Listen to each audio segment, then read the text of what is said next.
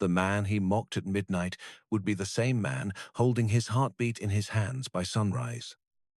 Rain hammered the sidewalks outside Mercy General Hospital, turning the glowing red emergency sign into a blurry stain against the dark Baltimore sky.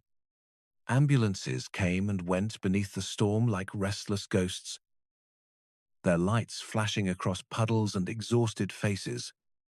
It was close to 1140 p.m. The kind of cold spring night that seeped through jackets and settled deep into your bones. Dr. Marcus Ellington stepped through the hospital's side entrance with the slow, heavy movements of a man who had given every ounce of himself away. 14 straight hours in surgery had left his shoulders stiff and his eyes burning beneath the dim fluorescent glow spilling from the building behind him. He loosened his navy tie with trembling fingers and sat quietly on a rain-soaked bench beneath the awning near the employee parking lot. For a moment, he simply breathed. The city noise faded behind the steady rhythm of rainfall. Marcus closed his eyes, letting the silence settle over him like a blanket. Most people would have seen nothing remarkable about him. Just another tired black man in a dark hoodie layered beneath an old wool coat, sitting alone outside a hospital after midnight. But appearances had always been dangerous things in America. Across the street, Officer Bradley Hayes leaned against his patrol SUV while sipping burnt coffee from a paper cup. Tall, broad-shouldered, with the rigid posture of someone who believed authority lived inside his uniform, Bradley watched the hospital entrance with tired irritation. His shift had already stretched 2 hours past schedule, and frustration sat on his face like permanent armor. Then he noticed Marcus alone, hood up, hands buried in his pockets, sitting near the employee lot instead of leaving. Bradley narrowed his eyes immediately. Suspicion came naturally to him. Faster than thought. Faster than reason. He crushed the coffee cup in one hand and crossed the wet street without hesitation. His boots splashed through shallow puddles as red and blue reflections flickered across his rain jacket. Marcus opened his eyes slowly when he heard the footsteps approaching. "You waiting for somebody?" Bradley asked sharply. Marcus looked up calmly. "Just finished work." Bradley glanced him over from head to toe. Work doing what? Marcus hesitated only a second. "I'm a doctor here." The officer let out a dry laugh under his breath. "Right." Rain dripped from the edge of Bradley's cap as he stepped closer. "You got ID?" Marcus reached carefully into his coat pocket, but Bradley's voice hardened immediately. Slowly. Nearby, a young nurse exiting the hospital slowed her pace when she noticed the interaction. She recognized Marcus instantly. Everyone at Mercy General did. Dr. Ellington was the surgeon people whispered about with admiration in break rooms and operating halls. The doctor who stayed late. The doctor who never raised his voice. The doctor families prayed would walk through the ICU doors. But before the nurse could speak, Bradley cut through the silence again. "Funny thing is," he mutters, "you people always say you belong somewhere after you get caught hanging around where you shouldn't be." Marcus stared at him without anger, without fear, just exhaustion. The kind that came from living the same moment too many times. Thunder rolled somewhere above the city skyline. The nurse shifted uncomfortably near the hospital doors. Marcus slowly handed over his hospital badge. Bradley barely glanced at it before shaking his head. Could be fake. Marcus looked toward the glowing emergency entrance behind them. "I've been inside that operating room for 14 hours. And I'm supposed to believe that Bradley snapped. You know how many stories I hear every night. The rain grew heavier between them. For several seconds, neither man moved. Then Marcus quietly stood from the bench, his tired eyes meeting Bradley's.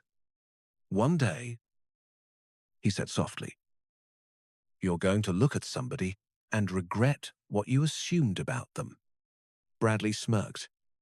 Not likely, but somewhere above them, hidden behind storm clouds and hospital lights. Fate had already started writing tomorrow morning. Marcus stood silently beneath the hospital awning as the rain poured harder around them, the water running off the edge of the roof in steady streams that splashed across the pavement between his shoes and Officer Bradley Hayes's boots. The cold air smelled like wet concrete, engine smoke, and antiseptic drifting from the emergency entrance behind them. For a few seconds, neither man spoke. Bradley held the hospital badge loosely between two fingers, studying it with obvious disbelief, while Marcus remained still.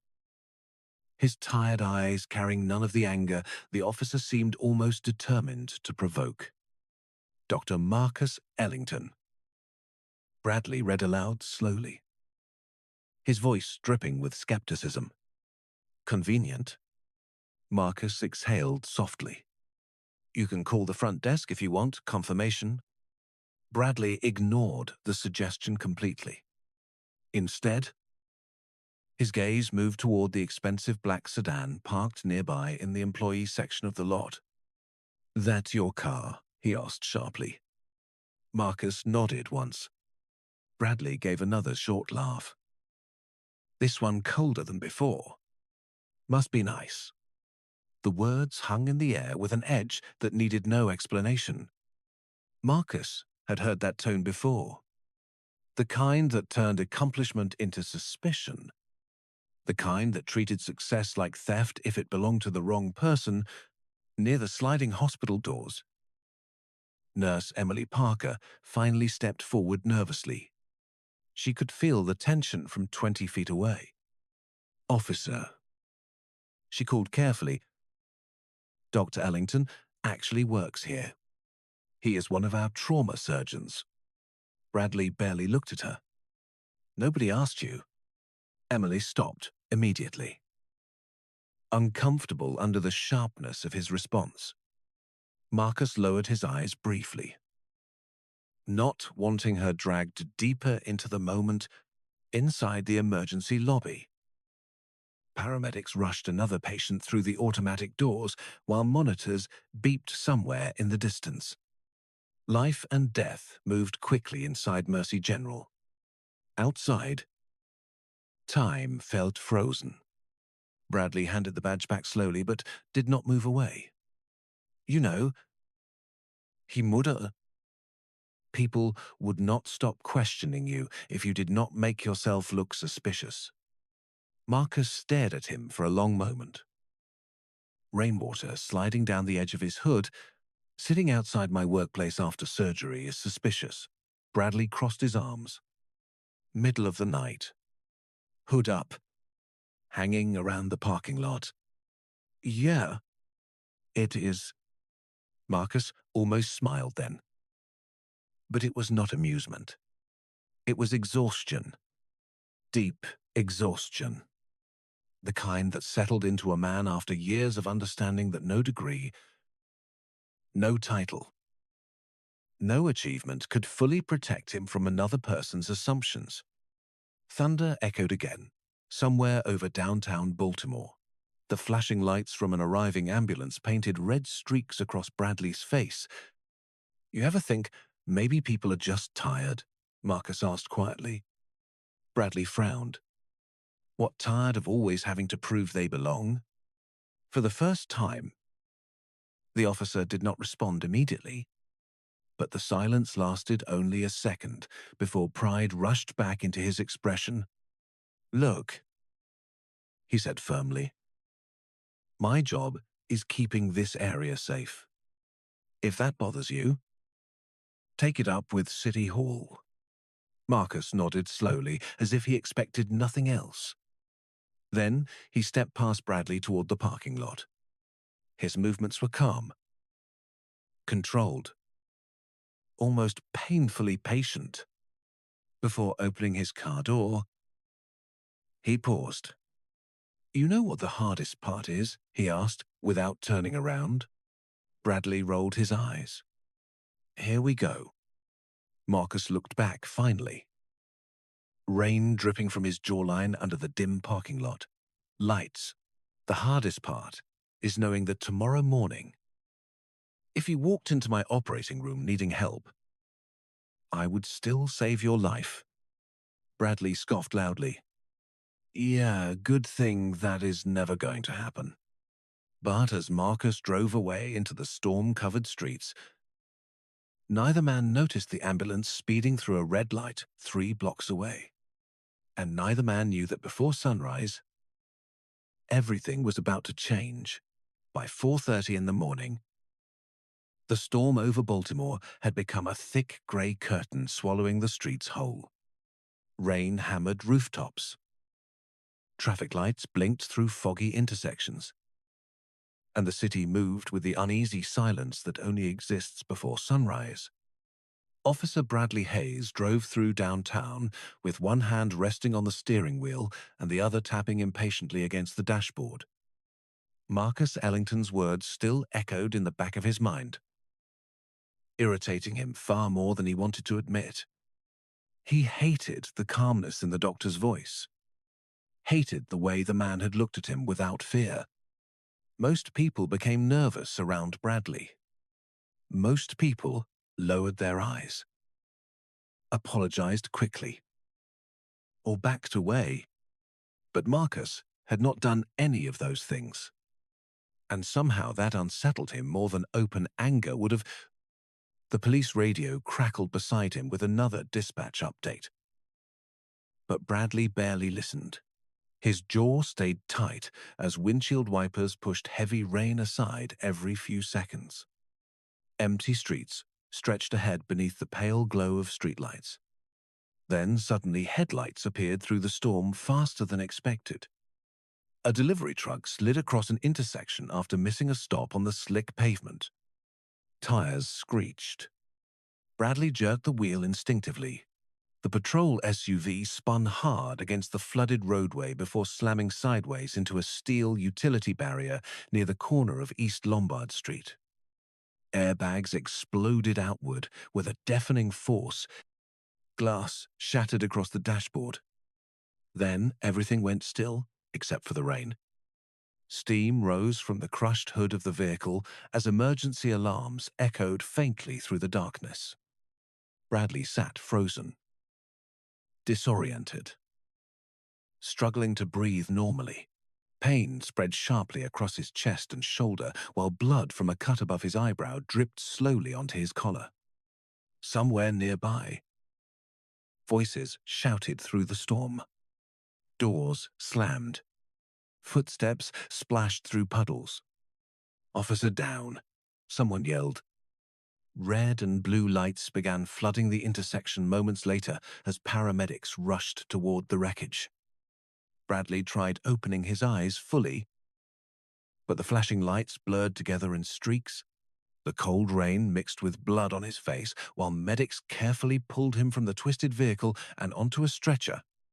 Through the haze, he heard fragments of conversation drifting around him. Possible internal bleeding. Pulse dropping. Get him to Mercy General now. Mercy General. Even half-conscious. The name struck him strangely. The ambulance sped through the rain-soaked streets, with sirens cutting through the sleeping city. Inside, paramedic Daniel Ruiz pressed gauze carefully against Bradley's forehead while checking monitors attached to his chest. "Stay with me." "Officer," Daniel said firmly. Bradley tried speaking but could barely focus. Every bump in the road sent sharp pain through his ribs. The ambulance lights flickered against the ceiling while rain hammered the roof overhead. somewhere deep inside the fog, clouding his thoughts. Fragments of the night replayed themselves. The bench outside the hospital. The rain, Marcus saying, "I would still save your life." Bradley swallowed painfully. His breathing became uneven. Mercy General trauma incoming. The driver announced over the radio, "Male officer, mid-40s, chest trauma, blood pressure, unstable." Back at the hospital, the emergency department had already begun preparing. Nurses moved quickly between rooms, while monitors beeped steadily beneath bright fluorescent lights. The controlled chaos of trauma care filled every hallway. Emily Parker stood near the nurses' station reviewing charts when the radio update came through. Incoming police officer. Severe collision. She barely looked up at first. Car accidents were common during storms like this. But then the ambulance doors burst open moments later, and her expression changed immediately. "Oh my God," she whispered softly. Officer Bradley Hayes lay unconscious on the stretcher as paramedics rushed him through the ER doors. Rainwater still dripped from his uniform. Blood stained one side of his collar. Doctors and nurses surrounded him instantly, while machines beeped louder around the room. Emily stared for only a second before turning toward the trauma board. Then her eyes widened. Because according to the surgical rotation schedule hanging beside the emergency desk, the attending trauma surgeon on call that morning was Dr. Marcus Ellison. The emergency department moved like a machine running on instinct and pressure. Nurses rushed between trauma bays carrying supplies, while monitors beeped in uneven rhythms beneath the harsh white lights. Rainwater streaked the glass entrance doors every time another gust of wind hit the building. Officer Bradley Hayes lay on a gurney in Trauma Room 3. Pale beneath the fluorescent glow as doctors examined the injuries across his chest and shoulder. His breathing had become shallow, uneven enough to make the staff exchange worried glances without speaking the fear out loud. Emily Parker stood near the foot of the bed, reviewing incoming scans with trembling hands. She had spent the last hour trying not to think about the scene outside the hospital earlier that night. But now, the memory would not leave her alone. Bradley's cold voice. Marcus standing silently in the rain. The humiliation in his eyes that he tried so hard to hide. Then the automatic doors near the trauma wing swung open again. Dr. Marcus Ellington walked in wearing navy blue scrubs beneath a dark surgical coat. His damp curls pushed back neatly after only 2 hours of restless sleep. The exhaustion on his face disappeared the moment he stepped into the trauma bay. That was the strange thing about Marcus. Outside the hospital, he carried the weight of the world quietly on his shoulders. Inside these walls, everything sharpened. His movements became precise, focused, calm. He scanned the monitors once, then the patient, and for the first time since arriving, he stopped moving completely. Bradley recognized him at the exact same moment. Even through the haze of pain, medication, and exhaustion, the officer's eyes widened with disbelief. The room seemed to freeze around them. Rain tapped softly against the distant windows, while machines continued their steady electronic rhythm. Marcus stared down at the man lying before him. 12 hours earlier, Bradley had treated him like he did not belong outside this same building. Now that same man lay helpless beneath hospital lights, with his life hanging in uncertain balance. Imagine standing there. Imagine being looked down on, judged, humiliated, and then finding the person responsible, unable to survive without your hands guiding the people trying to save him. Most people would have walked away emotionally. Some would have quietly celebrated karma finally arriving. But Marcus did neither. His expression never changed. "Vitals?" he asked calmly. A resident physician blinked, almost surprised by his composure. "Blood pressure is unstable. Possible internal chest injury. We are waiting on updated imaging." Marcus nodded once and stepped closer to Bradley's bedside. The officer swallowed hard, shame flickering across his face for the first time since Emily had ever seen him. "You," Bradley whispered weakly. Marcus met his eyes briefly. "Yes." Bradley looked away almost immediately. Unable to hold the stare, the silence between them carried something heavier than anger. Regret. Real regret. Marcus studied the monitor readings carefully while nurses adjusted intravenous lines nearby. His voice remained steady and professional. "Prepare operating room 2. Notify cardiothoracic support to stand by." Emily watched him carefully, almost unable to understand the level of control he carried inside himself. No bitterness. No revenge. No hesitation. Just duty. Marcus turned slightly toward the team. "We do not have much time." Bradley's breathing became shakier as another wave of pain rolled through him. His eyes drifted back toward Marcus again. Confusion, mixing with guilt. After what I said," he muttered painfully. Marcus interrupted softly without looking up from the chart. "Right now, none of that matters." The words hit harder than any punishment ever could, because Bradley suddenly realized something terrifying.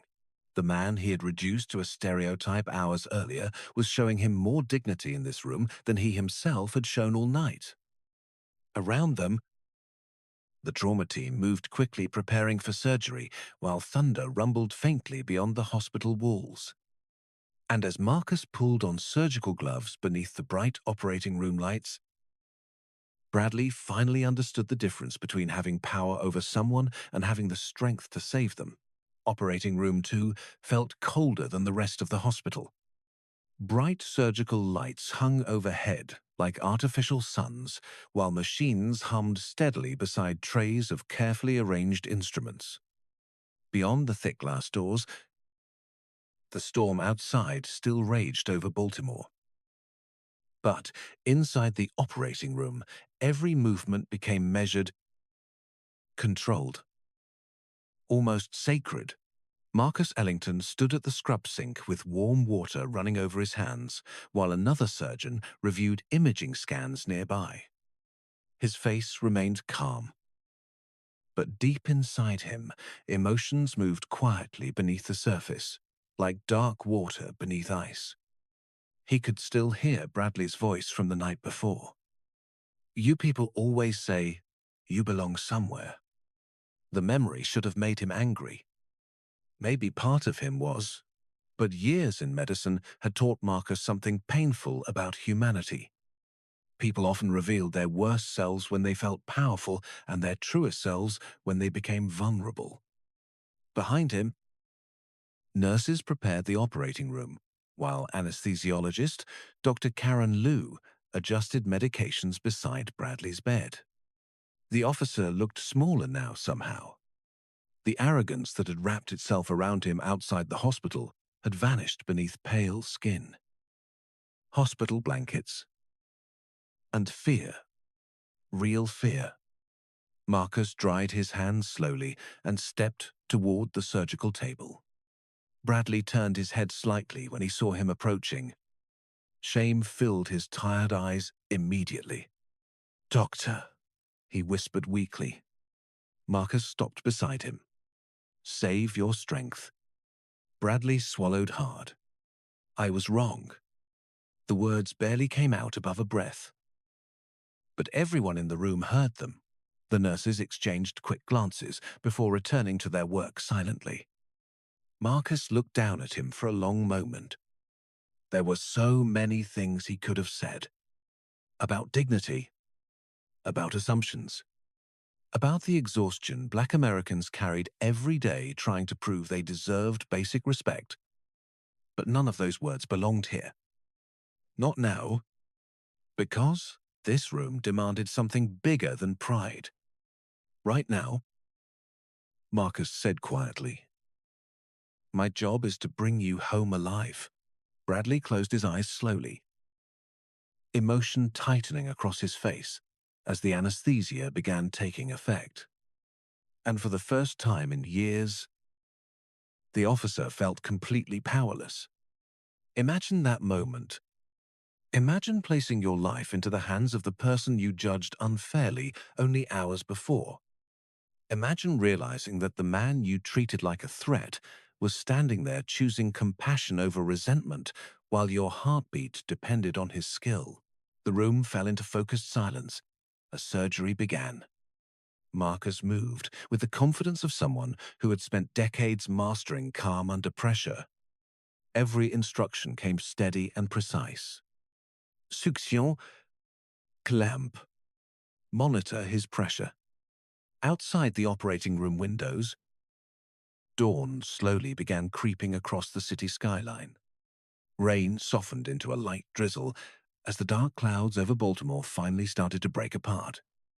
Inside the hospital waiting area, several police officers gathered anxiously near coffee machines and television screens.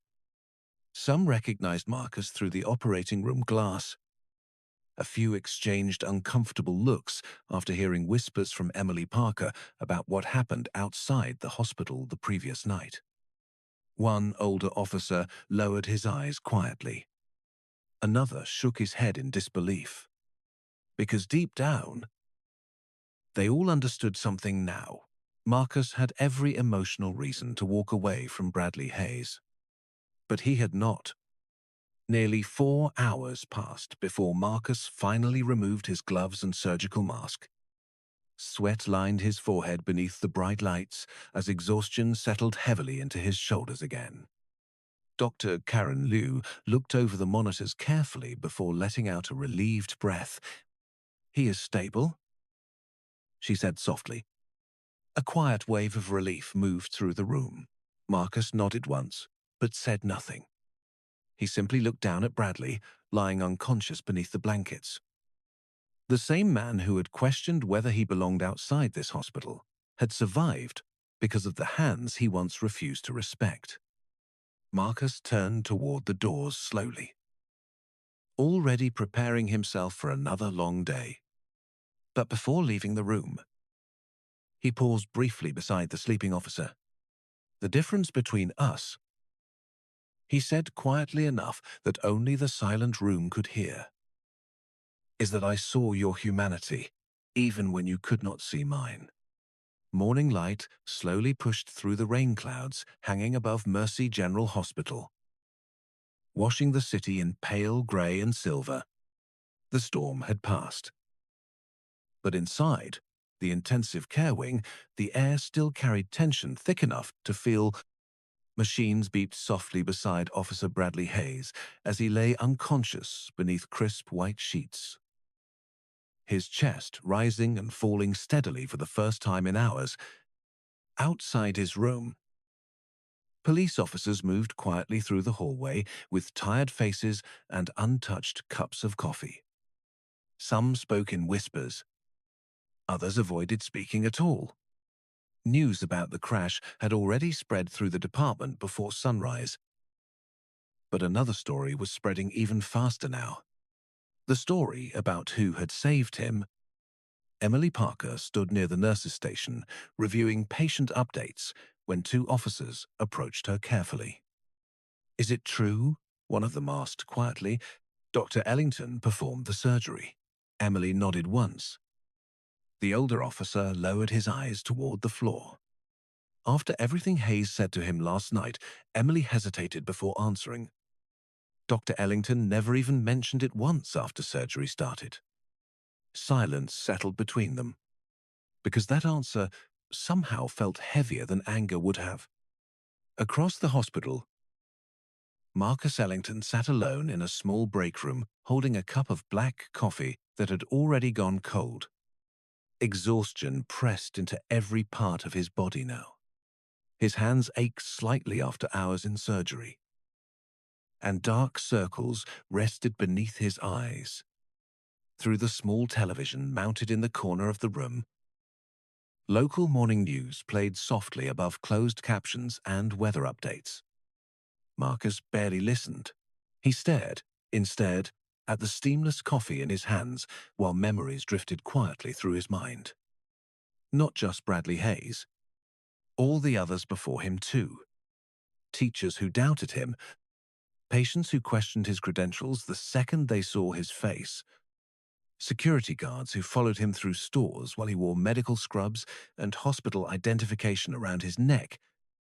He had spent his entire life learning how to remain calm in moments designed to strip away dignity. The truth was, Marcus understood something most people never did. Hatred exhausted the person carrying it long before it hurt anyone else. A soft knock interrupted the silence. Marcus looked up as Emily stepped carefully into the room. "They said he is awake?" she said gently. Marcus leaned back slowly in his chair. For a moment he closed his eyes, almost as if preparing himself emotionally for what came next. "How is he?" Emily folded her arms quietly. "Confused. Quiet." Marcus gave a faint nod. "Good." Emily hesitated before speaking again. "Dr. Ellington, why did you do it?" Marcus looked at her calmly. "Because he was my patient. After the way he treated you," she asked softly. Marcus let out a tired breath and stared toward the hospital window where sunlight now reflected against wet streets below. "If I only cared about the lives of people who respected me," he said quietly, "I would not deserve this job." The words stayed with Emily long after she left the room. Meanwhile, inside the intensive care unit, Bradley Hayes stared silently at the ceiling above his bed.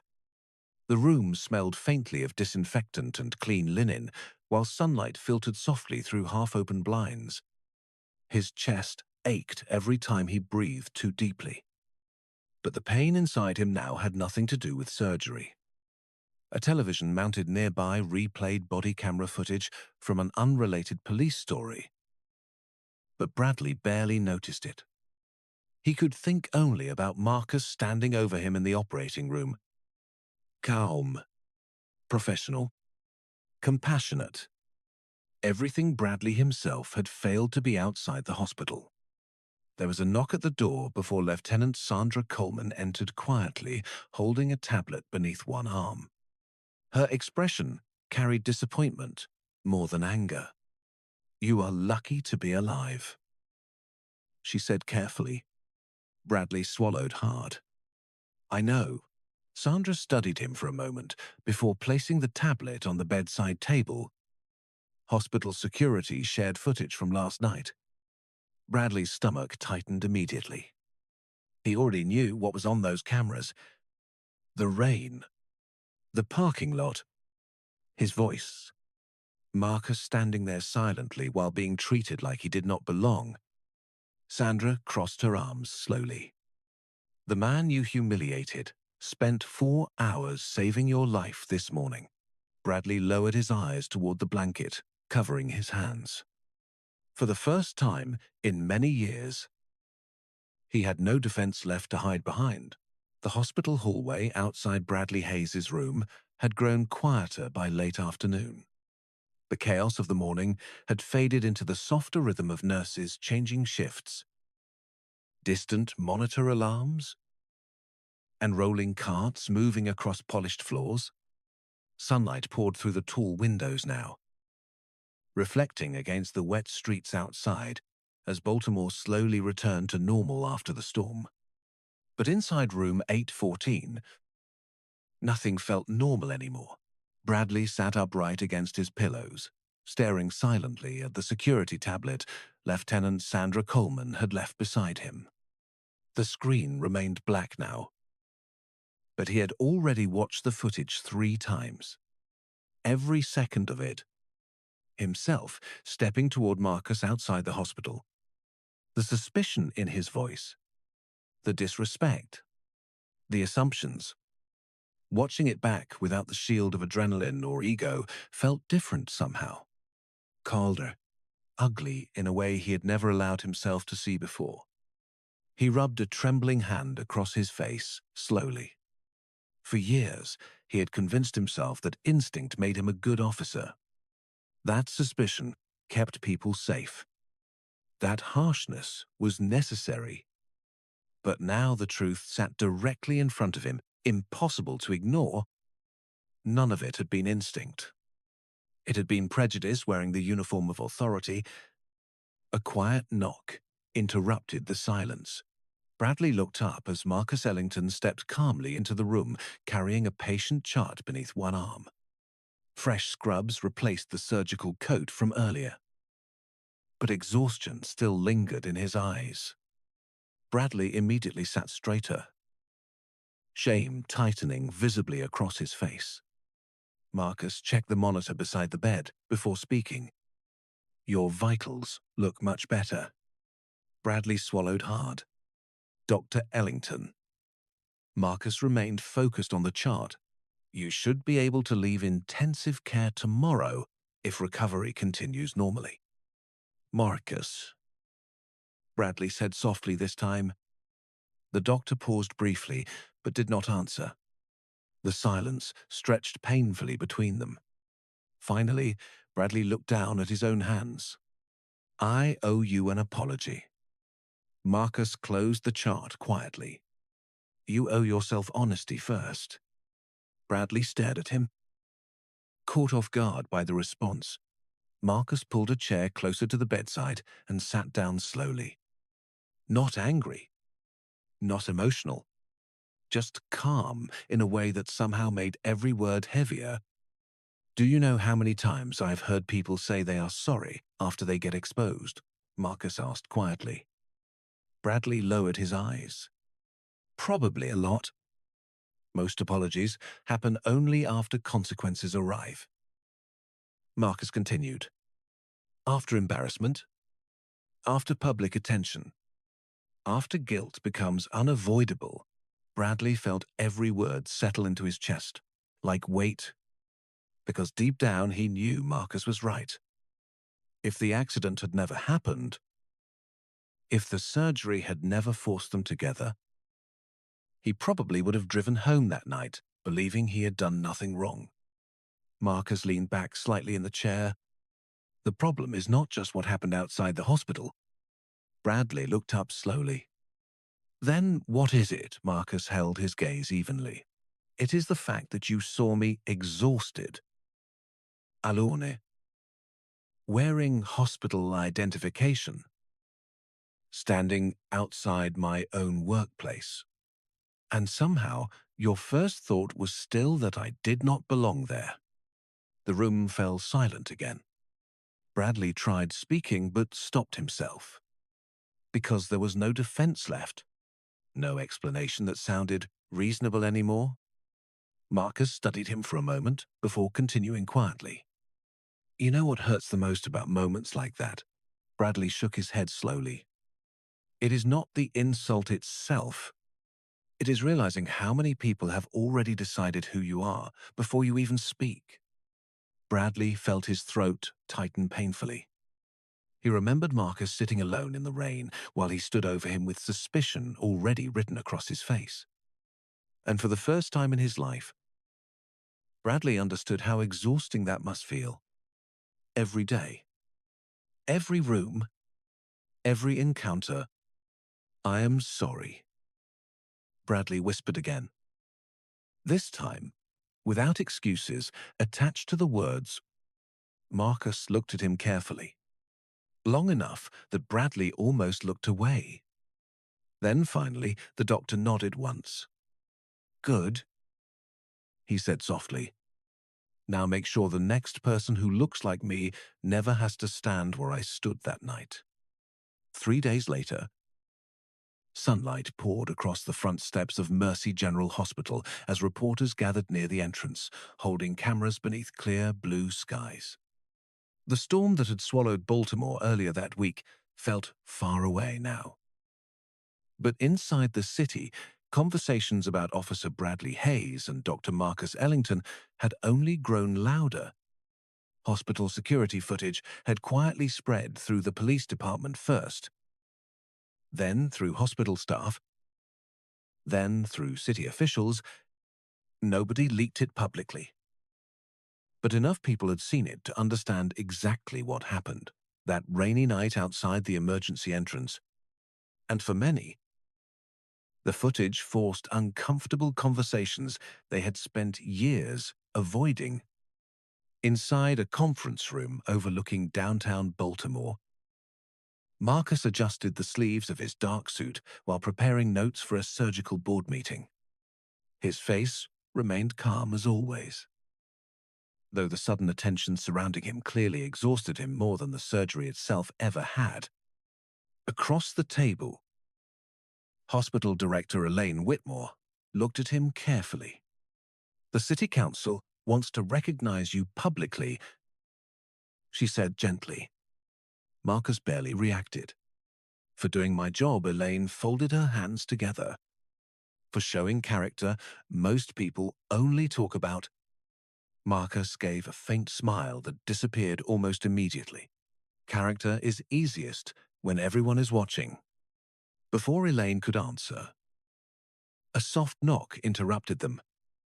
Emily Parker stepped into the room quietly.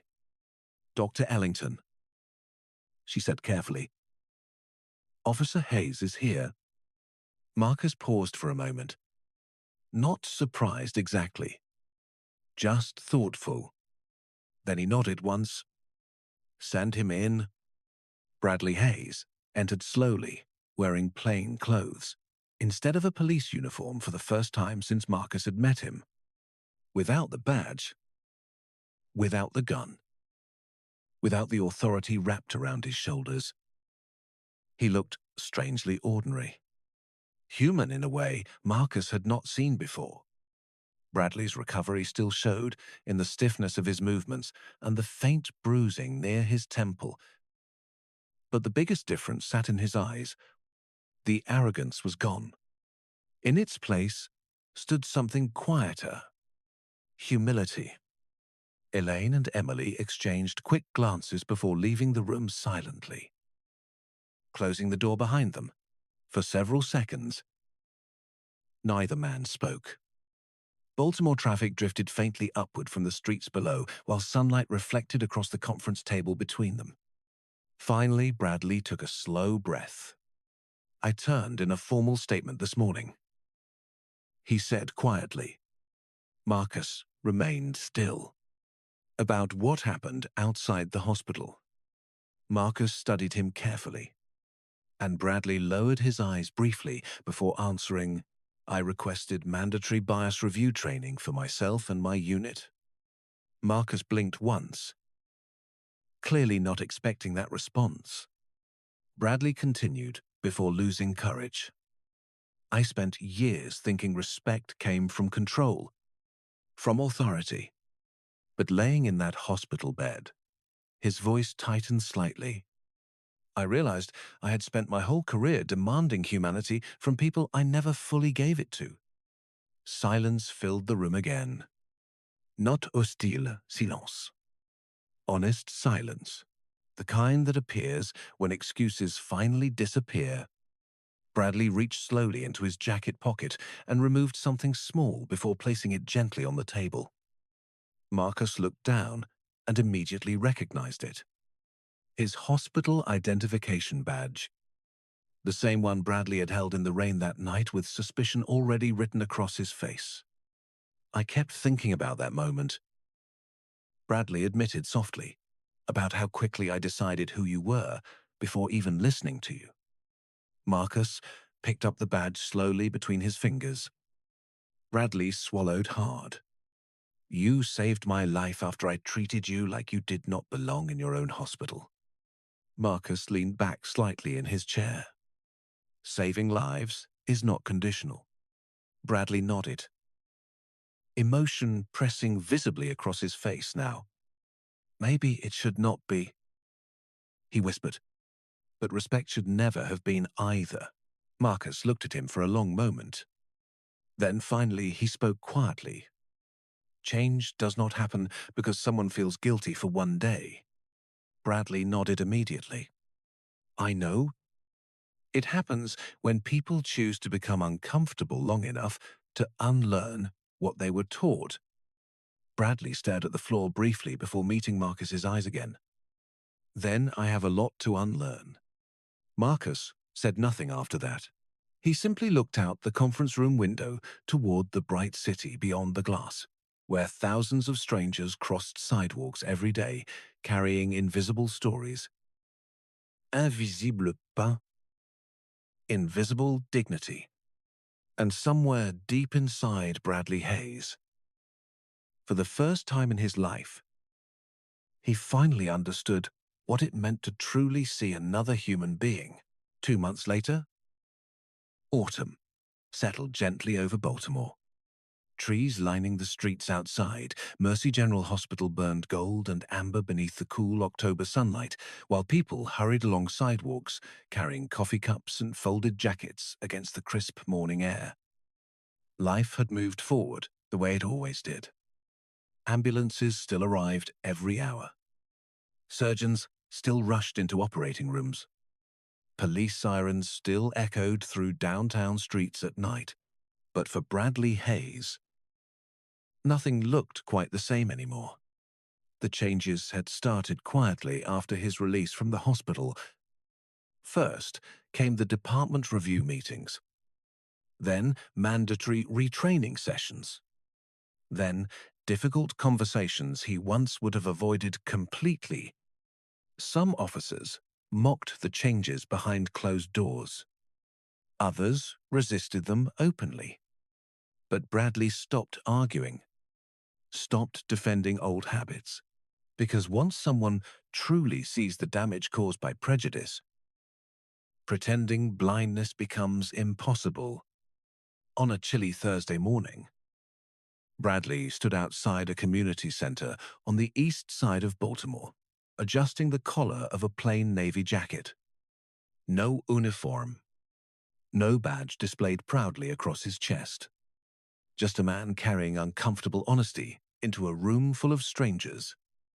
Inside the building, local police officers sat alongside medical workers, teachers, and teenagers from nearby neighborhoods attending a city-sponsored discussion on trust, BS, and public service. Bradley could hear quiet conversations spilling through the open doors while volunteers arranged coffee and bottled water across folding tables. Across the room, Marcus Ellison reviewed paperwork beside the stage platform prepared for guest speakers. The city had invited him weeks earlier after hospital administrators praised his professionalism during Bradley's surgery. Marcus originally declined 3 times. Public attention had never interested him.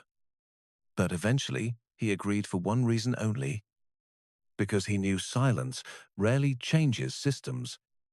Bradley spotted him from across the room and hesitated briefly before walking over. Marcus looked up calmly as he approached. "Morning," Bradley said quietly.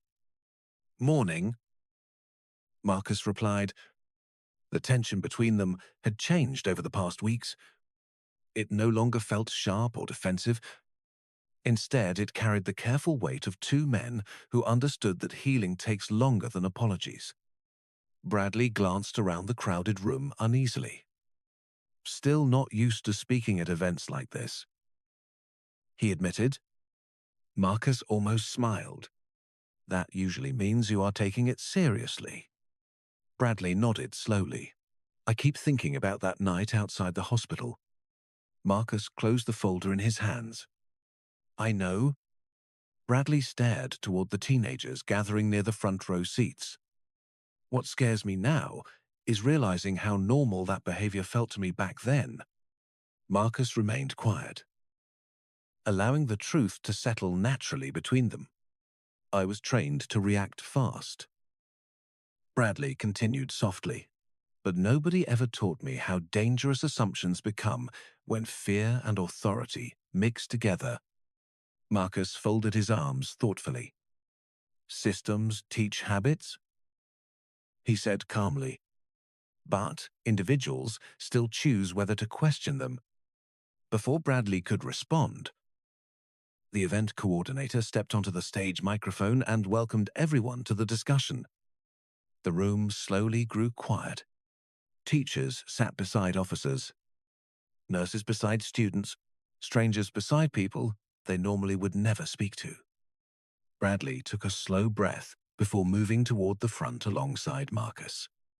Cameras from local news stations recorded quietly near the walls.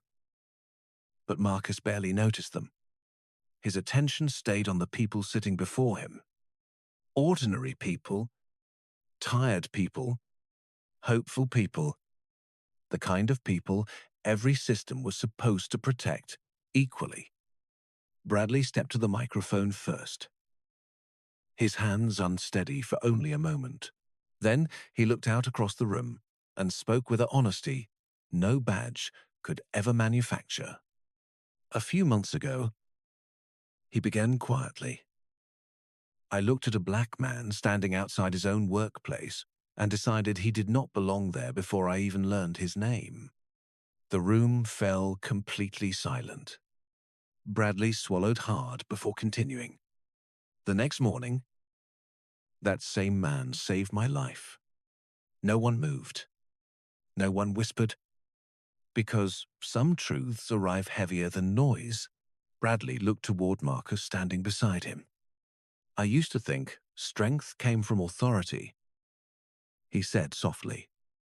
But real strength is having the character to see humanity in people even after they fail to see it in you. Marcus lowered his eyes briefly, emotion flickering quietly across his face. Then he stepped beside Bradley beneath the bright auditorium lights and looked out toward the crowd. Justice is not revenge, he said calmly. Sometimes justice is choosing not to become the cruelty that hurt you. Outside the windows, Baltimore moved beneath clear autumn skies while sunlight spilled across streets, still carrying thousands of strangers trying every day to be seen for who they truly were.